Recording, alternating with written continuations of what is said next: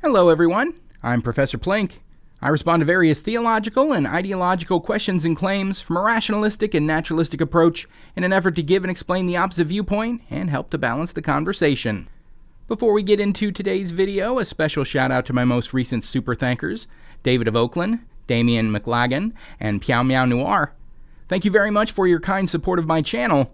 You are the anti-dogmatic Dinozords to my religion-deconstructing Dragon Zord.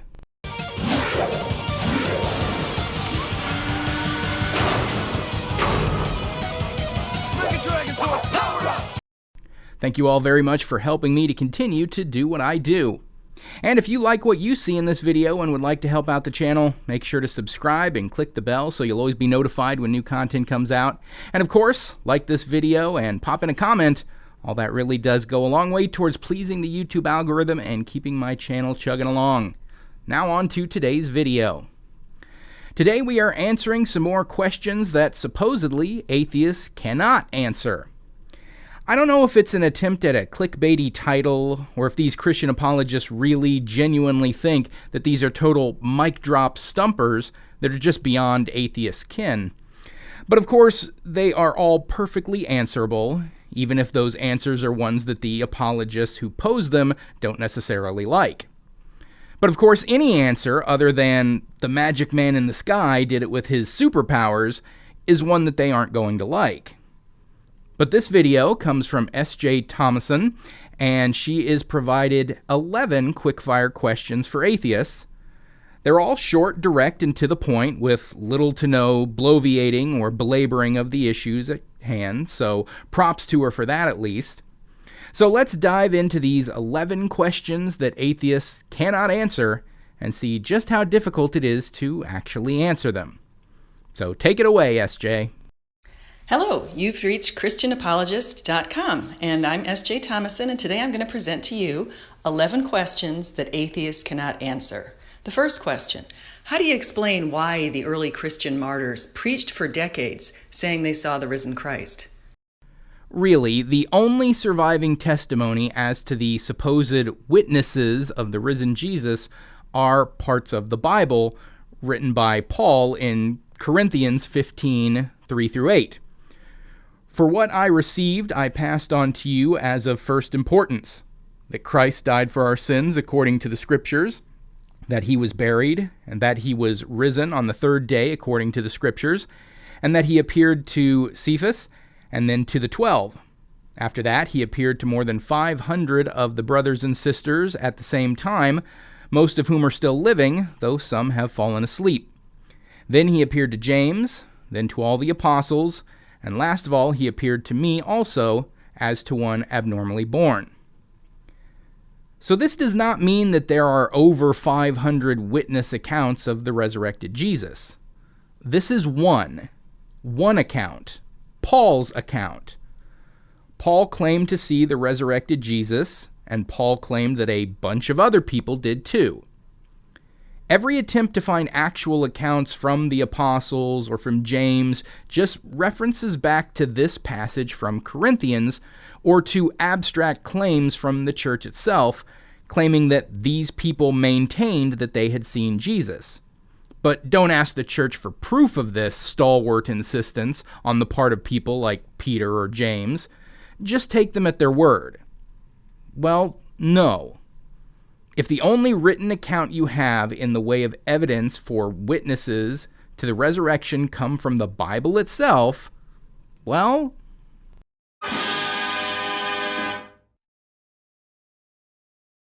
the Bible is not a historical text. The only things in it that can be taken seriously are the things that are independently verified from other sources, preferably ones that are not built around stories of magic and proven false statements, like that the earth formed before the sun, or that a global flood wiped out all life except for that which was on a boat, and all humans since then are the product of rampant incest. So, in short, the Bible is BS, Paul was a liar, and there's no corroboration that anyone else even claimed to see Jesus after his death. 2. How do you explain the rise of Christianity to between 5 and 6 million by 313 when it was finally legalized from such humble roots? Well, the prohibition of certain religions by the state has never stopped people from believing in, or even privately practicing and spreading those religions. In the Soviet Union, where all organized religion was illegal beginning in 1928, there remained a rather large religious population in the country. At the height of its secular movement, the country still had about 40% who openly professed to believe in a religious faith, even if they couldn't practice it publicly. The Jewish faith has long been persecuted in many parts of the world, all the way through to today.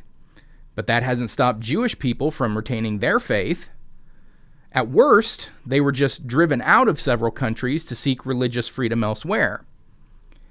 I mean, if being persecuted for one's religious beliefs and retaining them in the face of opposition and persecution and oppression indicated that that religion was the one that you should follow, then you really should definitely convert to Judaism, SJ. I mean, I know that Christians like to think that they're persecuted for their beliefs, but seriously, you've got nothing on the Jewish community. So it's really no surprise that people who followed Jesus and his teachings retained those beliefs, and even passed them down to their children in private, even if they were illegal to practice or spread publicly. That doesn't give weight to Christianity's truthfulness. It just gives weight to its pervasiveness. 3. What powered inflation of the universe? It gets technical, and we are getting into physics and cosmology, but it goes back to what is called inflation theory. It was developed in 1980 by Alan Guth, Andre Linde, Paul Steinhardt, and Andy Albrecht. NASA has embraced the model as the current best model for the early expansion of the universe. The theory has proposed that there was a period of extreme, rapid, exponential expansion of the universe prior to the more gradual Big Bang expansion, during which time the energy density of the universe was dominated by a cosmological constant type of vacuum energy that later decayed to produce the matter and radiation that fill the universe today. So it was this vacuum energy that would have powered the initial expansion. To get more specific, there came what is known in physics as inflatons. The inflaton is a quantum field that permeates all of space and time. It's the same as any of the other quantum fields out there. The electromagnetic field responsible for photons, the Dirac field responsible for electrons, and so on. Quantum fields are our theory explaining the underlying structure for all of matter and radiation. So that's a basic introduction to the theory and to the terms relevant to it. It tends to be a bit difficult for a layperson to wrap their head around, but such is the case with a lot of physics, especially as it pertains to the beginnings of the universe as we know it. But here's what's insidious about that I've noticed when it comes to religion. Religious apologists will lean into the fact that these matters are very difficult for the average person to understand as a way to try to claim that there are no answers to these kinds of questions of cosmology or of the Big Bang.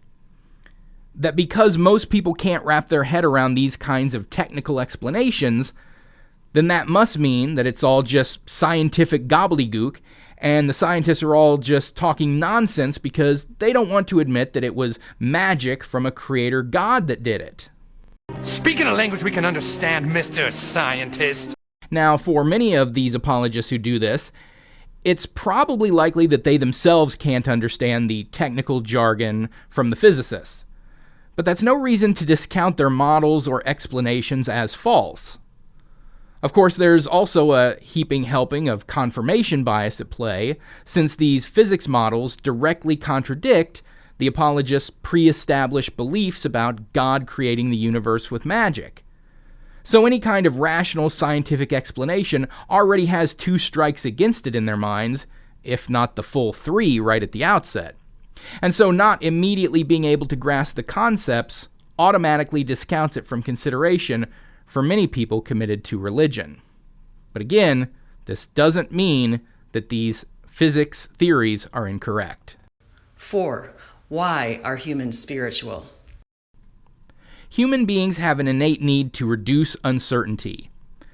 We have an intense desire to understand what is happening around us, and more importantly, why it's happening. Because what we don't understand, we tend to fear. And for most of human history, we lacked the knowledge, the technology, or the basic understanding to accurately ascertain the reason why anything was the way that it was. The sun, the moon, the stars, the cause of sickness, the nature to life, and the inevitability of death. We didn't understand any of it. So we started making up stories about it, all that was based on superstition. Maybe that sun was the Eye of Ra, watching us all the time. Or the god of the sky riding a chariot of fire. Or that the sun and moon were both celestial beings chasing each other across the heavens day after day. Maybe illness is caused by curses, black magic, or a punishment sent from some higher being. And that death is just a transition to a different spiritual state where one will dwell for all eternity. It all comes from the same place. Fanciful stories told by people too afraid to admit that they don't actually have any real answers to these questions, or too unwilling to seek out or accept the answers that we are capable of ascertaining. And this is not some kind of wild or out there idea of where superstition comes from. I'm willing to bet that, as a Christian, you, SJ, would also agree that people who thought the sun and moon were gods chasing each other across the sky were just making things up based on superstition and fear at not knowing the real answer. Same with illness being from curses, or basically any spiritual idea that doesn't comport with Christianity. In fact, the only thing that really stands between what you would consider silly superstition and what you would consider deep spiritual truth of existence is just which ones you've decided to hitch your wagon to. 5. Where did consciousness come from? Consciousness is an emergent property of the brain, resulting from the communication of information across all its regions, and cannot be reduced to something residing in specific areas that control for qualities like attention, hearing, or memory. When the neural system of an organism becomes sufficiently complex, the mental capabilities of that organism also become more complex. Which is why we can achieve feats of intelligence and cognition that things like insects or fish or other smaller creatures can't. Our brains are more complex, so we can do a variety of things with our brains that other creatures cannot. All of those things put together, taken collectively, is what we call our consciousness. And we aren't the only ones with this kind of complexity to our brains that can result in what we think of as consciousness. It's no surprise that our closest genetic relatives, like chimps, gorillas, and bonobos, have similar self-awareness. And other highly intelligent and cognitively complex creatures like elephants, dolphins, and killer whales have it too. 6. How do you explain what some have called our sixth sense? I'm kind of psychic. I have a fifth sense. What do you mean? It's like I have ESPN or something. It doesn't exist. There is no such thing as extrasensory perception, psychic ability, divination, telepathy, or ability to see the future. None have ever been shown to actually exist, and all attempts to prove them real have failed. The James Randi Educational Foundation offered a $1 million prize to anyone who could demonstrate actual paranormal or psychic ability that held up to scrutiny. And from 1964 to 2015, when the challenge was terminated, over 1,000 people attempted to win the challenge, but all of them failed. Seriously, all it would have taken was to accurately predict tomorrow's lottery numbers, or any other similar prognostication of what they couldn't possibly know. And yet, no one ever managed it. Many people have thought, and still think, that they themselves possess the ability to see the future or have some kind of extrasensory perception. But what it mostly boils down to, aside from just delusion in many cases, is that our brains are constantly taking in sensory data that we aren't even aware of.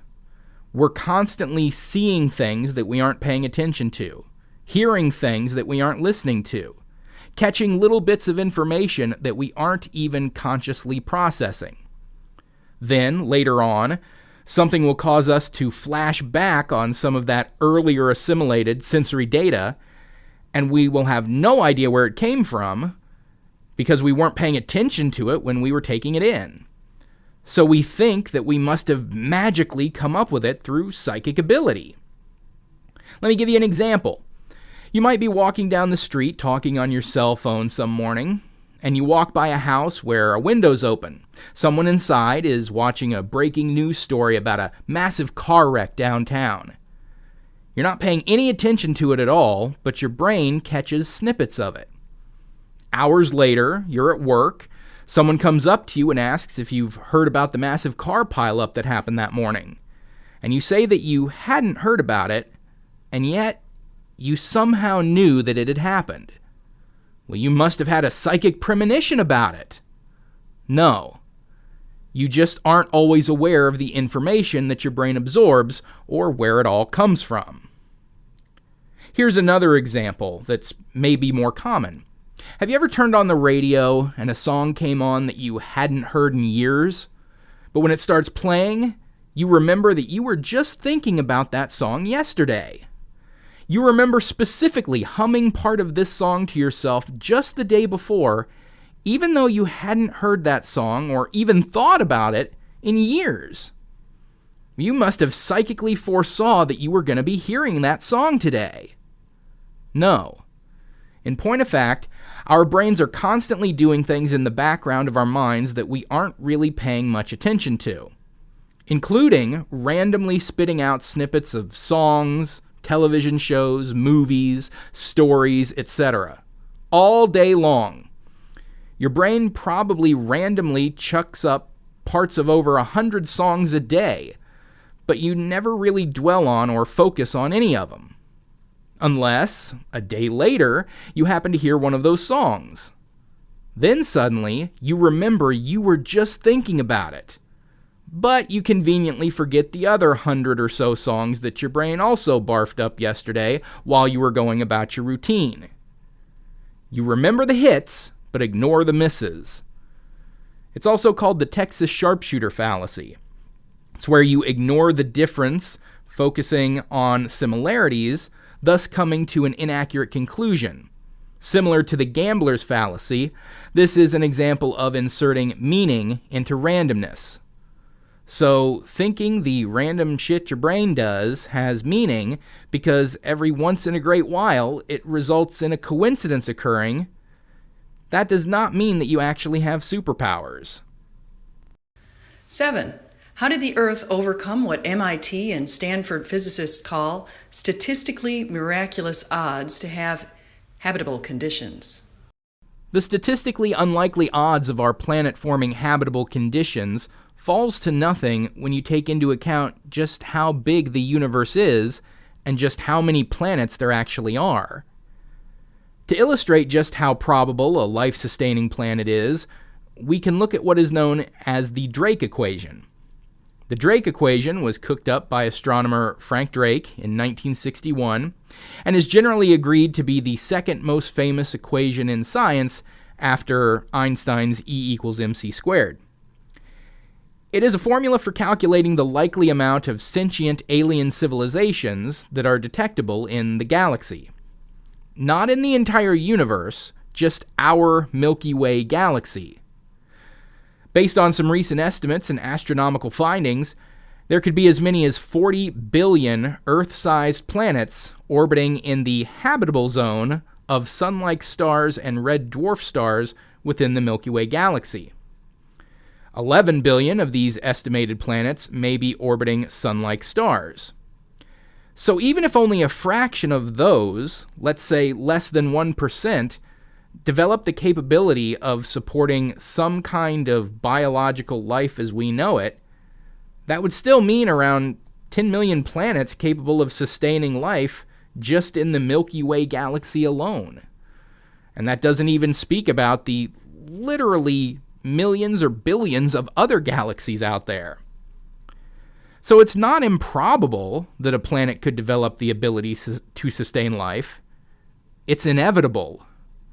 And we just happen to be one of many habitable planets. 8.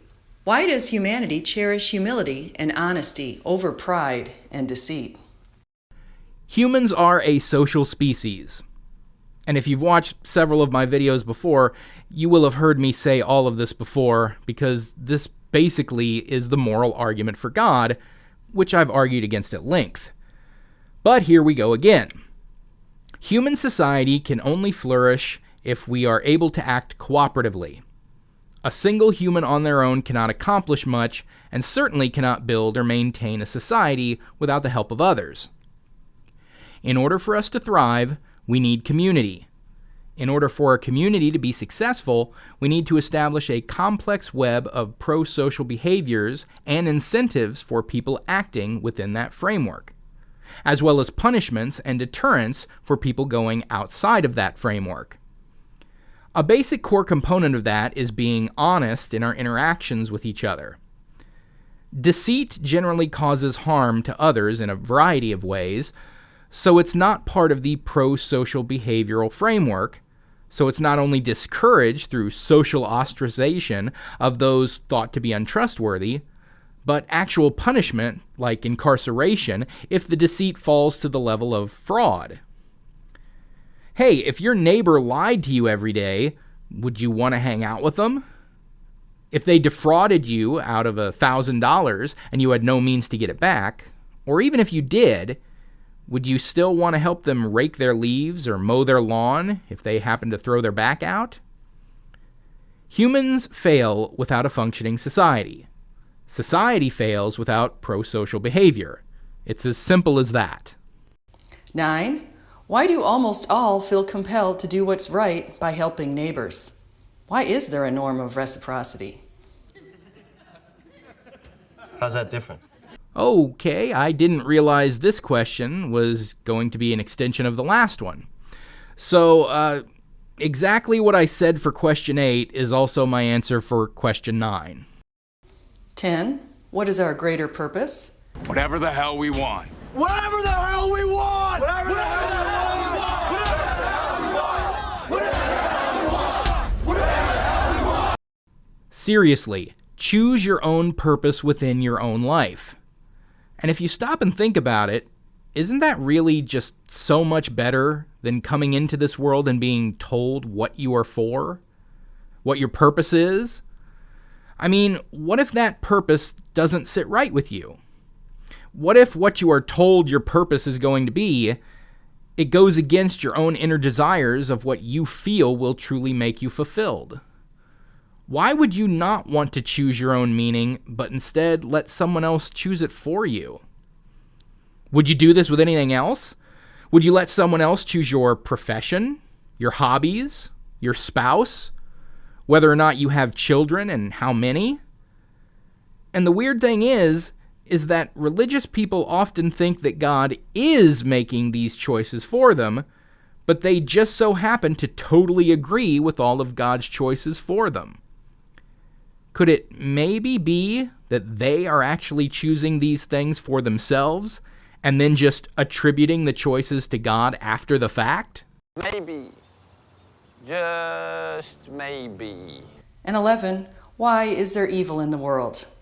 Depends on what kind of evil you're talking about. Natural evil, like natural disasters, hurricanes, tornadoes, floods, droughts, fires, mudslides, sandstorms, earthquakes, tsunamis, and Nickelback. They exist because of the natural forces that exist in the universe and on this planet that dictate that such things happen. It's the cold, pitiless indifference of an unconscious, unplanned, amoral universe just doing what it does, and sometimes what it does doesn't work out in people's favor. There's other natural but biological evil, like poisons, toxins, viruses, bacteria, fungi, genetic disease or defect, injury, pain and suffering, irritants, allergens, adverse chemical reactions, chronic, pervasive, deteriorating, or terminal conditions, and Nickelback? Well, they exist because of evolution, natural selection, and the unguided, uncontrolled struggle of all life to thrive, even to the detriment of other life, even if that be life like us. And if you mean human-centric evil, like malice, hatred, racism, misogyny, homophobia, transphobia, general bigotry, acts of violence, theft, fraud, apathy, willful ignorance, self-servingness, mistrust, distrust, authoritarianism, and Nickelback, they exist because humans are animals like any other animal. And as such, we have base urges to benefit ourselves first and foremost. And even though we have set up societies to encourage and incentivize pro-social behavior, sometimes people choose to go against that framework when they think they can get away with doing so, if they believe it will benefit them. Then there are also things like neurological conditions, chemical imbalances, or subcultural pressures that can lead people to commit harmful acts upon others. Again, all unguided or affected by some ethereal, all-powerful being who, according to your ideology, has the power, the knowledge, and should have the innate desire to make a minimum of evil in the world, even with all of supposed human free will. And yet he doesn't. He lets terrible things happen near constantly for absolutely no reason. In the atheist view, evil makes total sense, because it's a natural result of the natural world. In the view of a religion that believes in a tri-omni God, omnipotent, omniscient, and omnibenevolent, the existence of evil makes no sense. An all-powerful and all-knowing God would have the power and knowledge of how to make an evil-free world, and yet he doesn't. So he must not have the desire to, and thus cannot be all good. An all-good and all-powerful God would have the desire and power to make an evil-free world, and yet he doesn't. So he must not know how to properly achieve it, and thus cannot be all-knowing. An all-knowing, all-good God would have the knowledge and desire to make an evil-free world, and yet he doesn't. So he must not have the power, and thus cannot be all-powerful. Evil existing in the face of a tri-omni God makes no sense. And that is 11 questions, bing, bang, boom. 11 up, 11 down. And not one of them was even that tough to come up with an answer for. Most of them are standard, old-hat, apologist questions. Seriously, I've dealt with the moral argument and the problem of evil question so many times, it's more than a little ridiculous that these questions still get asked. I mean, it's obvious that the religious who ask these kinds of questions don't care about the answers. They just assume that atheists can't possibly answer the questions and move on right after asking them, thinking that they've just schooled the heathens. Case in point, how the comments section of this video from S.J. Thomason is conveniently disabled.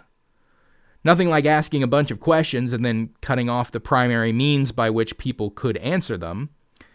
But hopefully you, dear viewer, found my answers entertaining, informative, or maybe you might find them useful should you ever encounter questions like these from theists who are actually willing to listen to the answers. And so with that, we'll close things off for the day. So thanks for watching, everyone.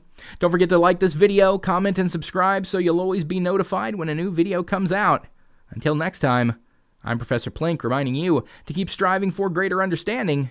It's the best way to get wherever you want to go.